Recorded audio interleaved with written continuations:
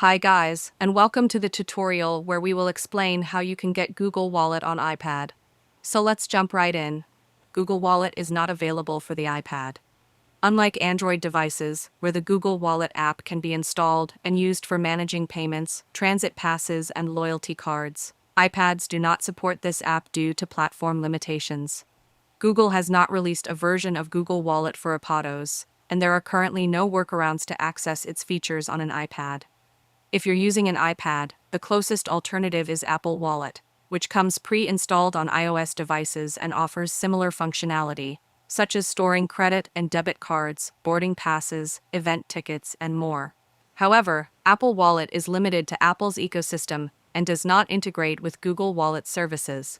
So, if you're hoping to use Google Wallet on your iPad, it's not possible at this time, and you'll need to use an Android device or iPhone in limited countries to access Google's wallet features.